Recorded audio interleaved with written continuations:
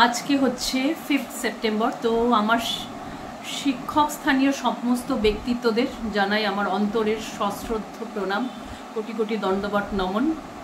তো আজকে আমি শিক্ষক দিবসে ভাবলাম কিছু একটু আমার ভিডিও করে দেওয়া উচিত, যেহেতু আমি সোশ্যাল মিডিয়ায় আছি।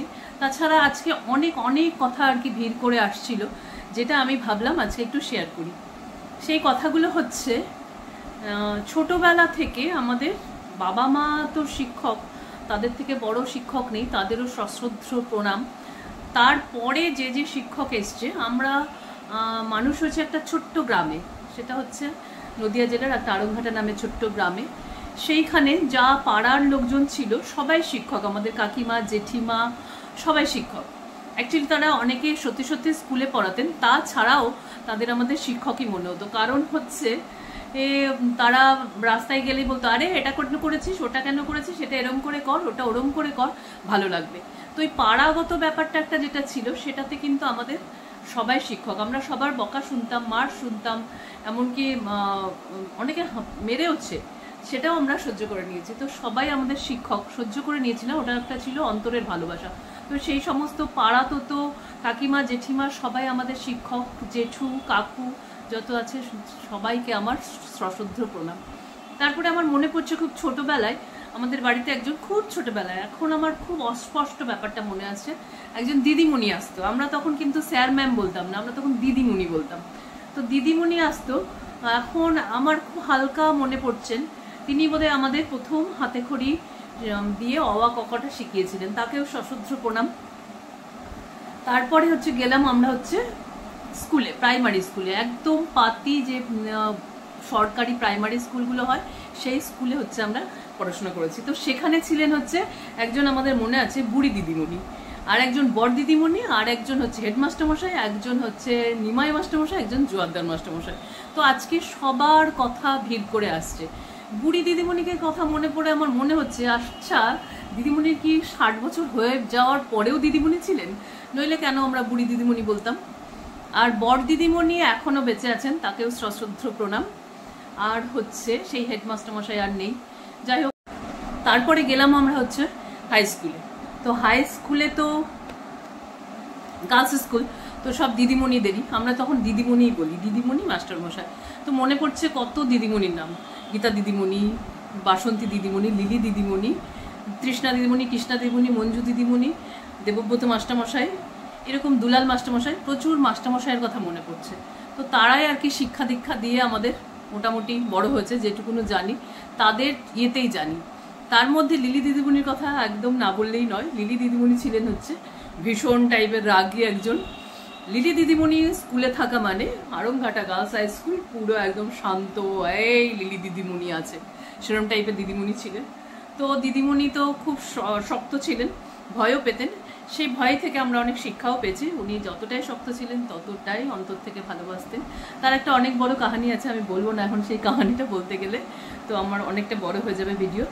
তো সেইখান থেকে আমরা গার্লস স্কুল থেকে এবার আমরা আসলাম হচ্ছে আড়ংঘাটা বয়েজ স্কুল, যেটা কিনা আমাদের গার্লস স্কুলটা ছিল ওটা 10 পর্যন্ত ছিল, আর বয়েজ স্কুলটা আমরা 11-12 করেছি।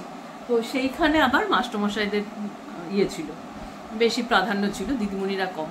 তো সেইখানে একটা ছোট্ট ঘটনা বলি। সেইখানে আমরা এসেই তখন আমরা ম্যাম আর স্যার বলতে শিখলাম।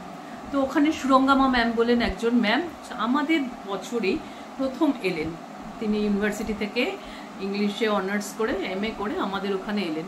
তো আমরা তো ইংলিশে একদম কিছুই জানি না, কারণ আমাদের জেনারেশনে ইংলিশ ছিল না, যেটা কিনা তুলে দেওয়া হয়েছিল, তাই জন্য আমরা একদমই ইংলিশ জানতাম না। আর দিদিমণি ছিলেন সুরঙ্গামা ম্যাম, প্রচণ্ড আমাদের ইংলিশ শিখিয়েই ছাড়বেন।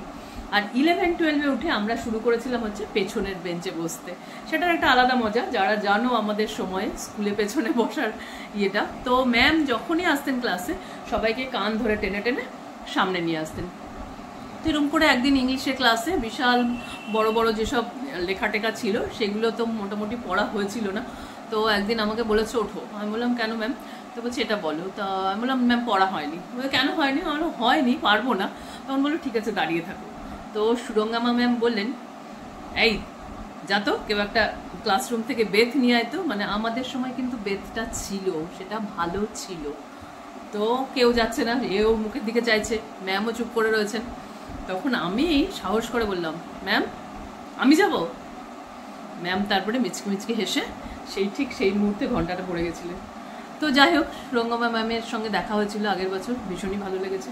এরকম জীবনে অনেক ম্যাম এসছে। তারপরে আমি এসে পড়লাম হচ্ছে বারাসাত গভর্নমেন্ট কলেজে। একটা ছোট্ট গ্রাম থেকে চলে এলাম বিশাল একটা সমুদ্রে।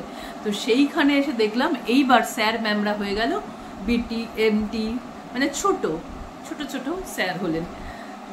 নাম বদলে গেল, সম্পর্ক বদলে গেল আস্তে আস্তে। অনেক বড় সমুদ্রে পড়লে যেমন চুনোপুটিদের আর খুঁজে পাওয়া যায় না, সেরকমও আমাদের স্যারদের সঙ্গে ওই রকমই সম্পর্ক হলো।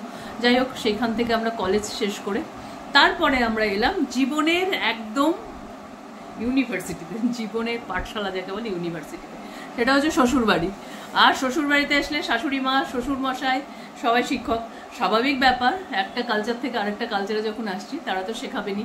আর আমার শাশুড়ি মার থেকে আমি অনেক কিছু শিখেছি, রান্না থেকে শুরু করে সব কিছু শিখেছি। কারণ আমি যখন শ্বশুরবাড়িতে আসি তখন আমি কিচ্ছু জানতাম না, মানে কোনো কিছুই জানতাম না। তো সেখান থেকে আমি শাশুড়ি মার থেকে প্রচুর কিছু শিখেছি। আর গোসাই মশাই তো জানেন, একদম উনি হচ্ছে শিক্ষকের শিক্ষক। উনি হচ্ছে অনেক কিছু শিখিয়েছেন হাত ধরে ধরে। যেহেতু আমরা গ্রামে থাকতাম সেই জন্য অনেক কিছু হাত ধরে ধরে আমি গোসাইয়ের থেকে কিন্তু শিখেছি। তারপরে আমার সন্তান হলো। সন্তানকে এখানে ওখানে নিয়ে যাওয়ার সময় আমি আবার নতুন করে আবৃত্তি জয়েন করলাম। তো তখন আমাদের নতুন করে আবার শিক্ষক হলো। তো আবৃত্তি শিখলাম। আবৃত্তি স্যারদের কথা মনে পড়ছে, যে আমাদের যোগা টিচার তার কথা মনে পড়ছে। এরকম জীবনে প্রচুর লোক এসছে যেখানে আমি শিখিনি, মানে তবু আমি অনেক কিছু শিখেছি হয়তো পরোক্ষভাবে প্রত্যক্ষভাবে। সমস্ত টিচারের কথাই মনে পড়ছে।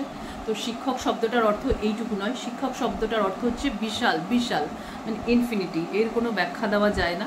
তাই জন্য যে যেখানে আছেন সমস্ত শিক্ষককে আমার অন্তরের সশ্রদ্ধ প্রণাম। যার থেকে যেটুকুনি শিখেছি সবাইকে আমার প্রণাম থাকলো। তাহলে happy teachers day. Teachers day বলাও ঠিক না, আমরা বাঙালি যেহেতু আমাদের বাংলাটাই বলা উচিত। সর্বপল্লী রাধাকৃষ্ণনের নামটা না বললেই এই ভিডিওটা সম্পন্ন হয় না। তাহলে সবাইকে আমার সশ্রদ্ধ প্রণাম করে আমি ভিডিওটা শেষ করছি। নমস্কার।